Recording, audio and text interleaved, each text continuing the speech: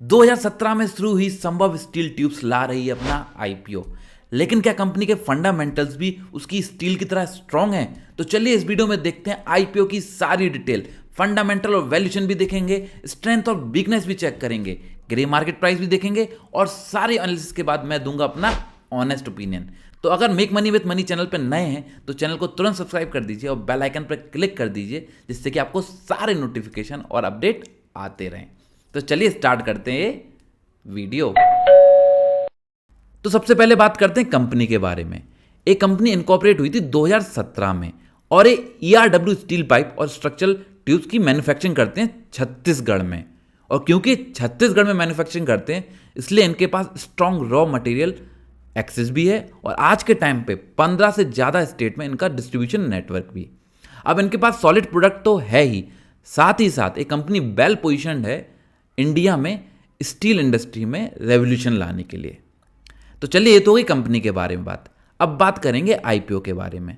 तो आप 25 जून से लेकर 27 जून के शाम के 5 बजे तक इस आईपीओ में अप्लाई कर सकते हैं। और आईपीओ का साइज है 540 करोड़, जिसमें प्रमोटर्स की जेब में 100 करोड़ जाएंगे, बाकी 440 करोड़ रुपीस कंपनी में इन्वेस्ट किया जाएगा। शेयर का कट ऑफ प्राइस है 82 रुपीस। तो अगर आप रिटेल कैटेगरी में इन्वेस्ट करना चाहते हैं तो एक लॉट कट ऑफ प्राइस पे लेने के लिए आपको 14,924 रुपये खर्च करने पड़ेंगे। और रिटेलर्स के लिए 35% एलोकेशन है, यानी कि 189 करोड़ रुपीस का एलोकेशन केवल रिटेलर्स के लिए है। इसमें कोई शेयर होल्डर कोटा नहीं है। और स्मॉल एचएनआई कैटेगरी में अगर आप इन्वेस्ट करना चाहते हैं तो आपको 14 लॉट लेने होंगे और उसके लिए आपको 2,08,000 रुपये के आसपास इन्वेस्ट करने पड़ेंगे। इसमें कोई एंकर पोर्शन साइज नहीं है। और अगर आपने इस आईपीओ में अप्लाई किया तो 30 जून तक आपको कंफर्म हो जाएगा कि आपको अलॉटमेंट मिला है या नहीं। और 2 जुलाई को होगी टेंटेटिवली इस शेयर की मार्केट में लिस्टिंग। तो ये तो वही कंपनी के आईपीओ के बारे में बात। लेकिन कंपनी में इन्वेस्ट करना है या नहीं ये तो देख लें। तो उसके लिए देखने पड़ेंगे फंडामेंटल और वैल्यूएशन। चलिए फंडामेंटल पे चलते हैं। तो अगर फंडामेंटल देखें तो कंपनी के एसेट्स भी बढ़ रहे हैं। रेवेन्यू भी देखिए 2022 से 820 था, 939 हो गया, फिर 1290 के आसपास, फिर 1018। तो रेवेन्यू भी कंपनी का बढ़ रहा है। प्रॉफिट भी कहीं ना कहीं अगर देखा जाए 2022 से 23 में थोड़ा प्रॉफिट कम हो गया, लेकिन 2024 में फिर से इन्होंने रिकवर कर लिया है। एबिटा का भी अगर आप देखें 2022 में 124 था, 2023 में 117 हुआ, 2024 में 159 हो गया। तो कहीं ना कहीं प्रॉफिट अप डाउन चल रहा है। कंपनी की नेटवर्थ भी उसी के हिसाब से देखा जाए तो धीरे धीरे बढ़ रही है। और कंपनी के पास रिजर्व्स एंड सरप्लस भी है और टोटल बोरिंग कंपनी की बढ़ रही है, जिसकी वजह से कंपनी ये आईपीओ ला रही है। तो फंडामेंटल तो कंपनी के बहुत अच्छे नहीं है बट खराब भी नहीं है। चलिए अब बात करते हैं वैल्यूएशन की। तो अगर वैल्यूएशन देखें तो इनकी पी जो प्री आईपीओ है वो है 23.97, लेकिन पोस्ट आईपीओ वो हो जाएगी 44.54, यानी कि वैल्यूएशन बहुत ज़्यादा बढ़ा रहे हैं। लेकिन अगर इनके पीयर से कंपेयर करें, स्पेशली एपीएल अपोलो ट्यूब्स से जो कि इस सेगमेंट में लीड कर रहा है, उसका पी चल रहा है 68.52 और हाईटेक पाइप्स का चल रहा है 35.52। तो वैल्यूएशन तो ना इसकी सस्ती है ना इसके पीयर्स की। अगर अर्निंग पर शेयर की बात करें तो प्री आईपीओ जो 3.42 थी वो 1.84 रह जाएगी। तो अर्निंग पर शेयर तो बहुत कम हो गया। जबकि इनके जो कॉम्पिटिटर हैं जिनका पी इतना ज़्यादा है बट उनके अगर ईपीएस देखें तो 26.4 और 3.25 इससे काफ़ी बेटर है। तो ओवरऑल इसकी वैल्यूएशन तो ज़्यादा है ही, लेकिन पीयर्स के कंपेरिजन जो लिस्टेड पीयर्स हैं उनके कंपेरिजन में भी इसकी वैल्यू ज़्यादा है। प्रॉफिट हम डिस्कस कर ही चुके हैं। अगर आप रिटर्न ऑन इक्विटी देखेंगे तो इट इज़ 25.42, जो आपको बहुत ज़्यादा लगेगी। लेकिन सेम जो ग्लोबल सिविल के साथ हुआ वो इनके साथ भी है कि 2023 में इनका काफ़ी डिप आ गया था जो इनके प्रॉफिट में है और रेवेन्यू में, और उसके बाद 2024 में अच्छी जंप आई। इसकी वजह से इनका रिटर्न ऑन इक्विटी इतना है। नहीं तो ओवरऑल अगर आप लॉन्ग टर्म में देखें तो रिटर्न ऑन इक्विटी इनका 10 से 12% ही होगा। बुक वैल्यू 4.51 है। तो कहीं ना कहीं कंपनी के फंडामेंटल बहुत अच्छे नहीं लगे और वैल्यूएशन भी ज़्यादा है। तो फंडामेंटल वैल्यूएशन तो मज़ा नहीं आया। चलिए अब देखते हैं कंपनी का फ्यूचर पर्सपेक्ट कैसा है। उसको देखने के लिए हमें देखना पड़ेगा कंपनी की स्ट्रेंथ और वीकनेस। तो कंपनी की स्ट्रेंथ क्या है पहले उस पर डिस्कस कर लेते हैं। सबसे बड़ा स्ट्रेंथ इनके पास ये है कि इनके पास बैकवर्ड इंटीग्रेटेड फैसिलिटी है, यानी कि इनके पास कॉस्ट एफिशिएंसी को एफिशिएंटली मैनेज करने का पावर है, प्लस कहीं ना कहीं इनके पास रॉ मटेरियल का भी कंट्रोल अपने हाथ में है।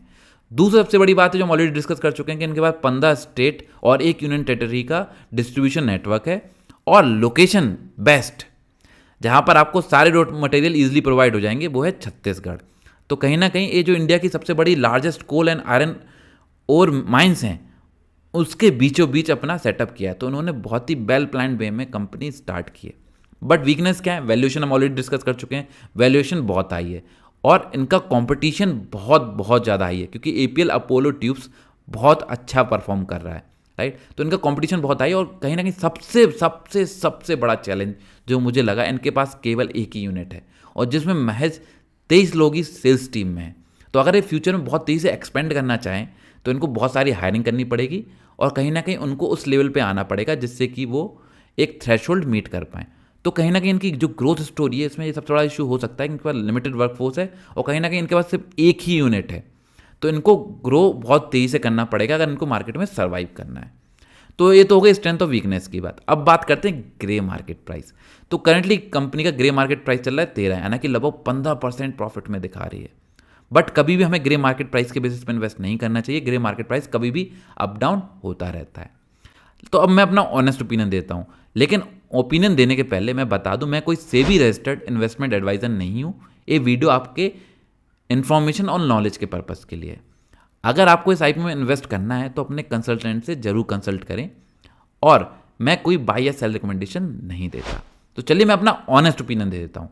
तो मेरा ऑनेस्ट ओपिनियन तो ये है कि कंपनी के पास स्ट्रॉन्ग इंटीग्रेशन तो है ही, और लोकेशन का एडवांटेज भी है, और ग्रोथ पोटेंशियल की बात करें तो कंपनी तो अभी देखा जाए तो जस्ट एक यूनिट है और छोटी सेल्स टीम है, तो ग्रोथ पोटेंशियल तो कंपनी में बहुत है।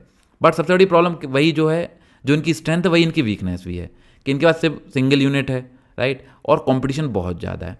तो अगर आप लॉन्ग टर्म इन्वेस्टर हैं, और जैसे कि स्टील इंडस्ट्री हमने पता है कि फ्यूचर में काफ़ी तेज़ी से ग्रो करेगी, तो इस हिसाब से आप लॉन्ग टर्म में इसमें इन्वेस्टेड रह सकते हैं।